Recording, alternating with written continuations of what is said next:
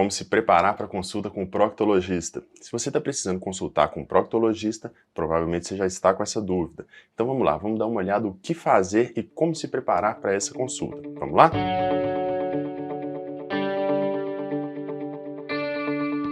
Olá, me chamo Marcelo Werneck, sou coloproctologista em São Paulo e Belo Horizonte. Se é a sua primeira vez aqui, lembre de se inscrever no canal, curte o vídeo, não custa nada e vocês me ajudam a fazer mais vídeos para vocês.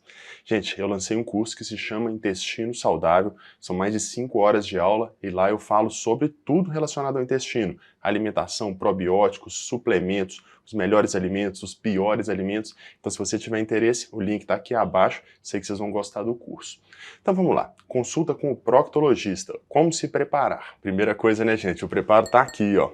Muitas pessoas têm uma restrição, falar sobre proctologia, falar sobre ânus, falar sobre reto, ainda é um tabu na nossa sociedade. E muitas pessoas se preocupam, né? Como que vai ser essa consulta? O que falar? A vergonha mesmo de consultar. Primeiramente, gente, o proctologista, ele é um médico que trabalha com isso, vê isso o dia inteiro, fala sobre isso o dia inteiro. Não tem o menor motivo para ter vergonha. Isso é um preconceito da nossa sociedade. Chega lá e conversa, fala sobre uma parte do corpo que todo mundo tem e todo mundo pode ter problema nessa região. Fora isso, gente, problemas nessa região não tem motivo para vergonha.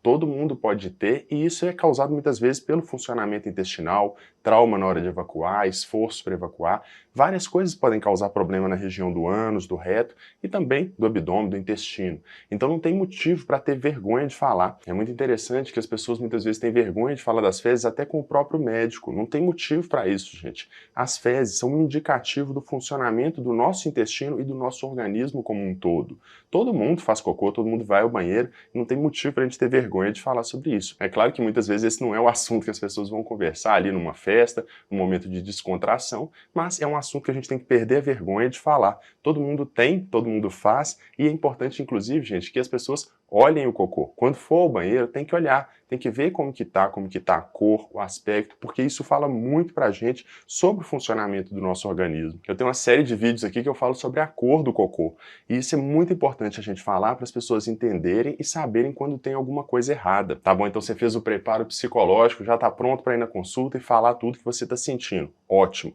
Mas e aí? Como se preparar fisicamente para a consulta? Bem, isso vai variar muito, gente. Tem pessoas que já na primeira consulta, antes mesmo de o paciente consultar, já passam ali uma lavagem, algum tipo de laxativo, alguma preparação para a consulta. Isso não é regra. Tem pessoas que vão fazer isso, tem pessoas que não. Por que eu digo isso? Porque algumas pessoas preferem já fazer esse preparo mesmo antes de a pessoa ir na consulta, mesmo sem saber qual é o problema do paciente. Já outras pessoas preferem fazer essa primeira avaliação, fazer o exame físico e, se for necessário, fazer esse preparo para uma consulta subsequente. Agora me conta o seguinte, se a pessoa precisa, de uma avaliação do ânus e do reto e não fez um preparo para a consulta, é possível fazer essa avaliação? Gente, em geral, sim. Na grande maioria das vezes a gente consegue fazer o exame da região do ânus, a gente consegue fazer o exame de toque, anoscopia e retossigmoidoscopia sem necessidade de um preparo. Pode ser o caso de ter grande quantidade de fezes no reto, às vezes a pessoa está com as fezes amolecidas e isso pode prejudicar o exame. E aí sim, numa consulta subsequente, pode-se fazer um preparo para complementar esse exame. Na grande maioria das vezes a gente consegue avaliar então a região do ânus, do reto ou do reto inferior somente e já dá para a gente ter um diagnóstico, ter uma noção geral do quadro. Mas se for necessário avaliar um pouco mais do intestino, pode-se fazer esse preparo. O exame de retossigmoidoscopia rígida, que é um exame que a gente pode fazer nessa primeira consulta, ele em geral fica melhor com algum tipo de preparo, mas nem sempre ele é necessário. Se a gente faz o exame ali da região, faz o exame de toque, avalia o reto, mas tem uma quantidade de fezes e não dá para ter uma noção exatamente do quadro do paciente, aí nesse caso a gente pode precisar realmente fazer o preparo ou fazer a colonoscopia. A colonoscopia, se você não sabe, é um exame que vai avaliar todo o intestino grosso, só que é um exame que não avalia bem a região do ânus. Por quê? O aparelho, ele é um tubo que vai entrar pela região do ânus, naquela região começa a fechar ali o canal anal, tampando a visão. Ele não é um exame tão bom para avaliar a região do ânus. O exame melhor é a anoscopia. Então vocês estão entendendo? Se a gente precisa avaliar a região do ânus e do reto inferior, a gente consegue no consultório. Se a gente precisa ver mais do intestino, a gente pode fazer a colonoscopia. Quando que a gente vai precisar fazer um preparo para uma retossigmoidoscopia, que vai avaliar só um pouco a mais ali da região do reto? Naquelas situações em que a nossa dúvida está naquela região, logo acima do reto. Então pode ser que seja necessário realmente fazer um preparo para a retossigmoidoscopia, por exemplo, para acompanhar um quadro de retite, de retocolite ulcerativa, mas se a gente não consegue avaliar e a gente precisa ver mais do cólon, aí a gente vai pedir a colonoscopia. Fora isso, gente, algumas pessoas que têm problemas na região do ânus, do reto, vão estar usando pomadas e supositórios. Isso pode ser um problema no momento da consulta, porque tem algumas pomadas que vão prejudicar a avaliação adequada do local.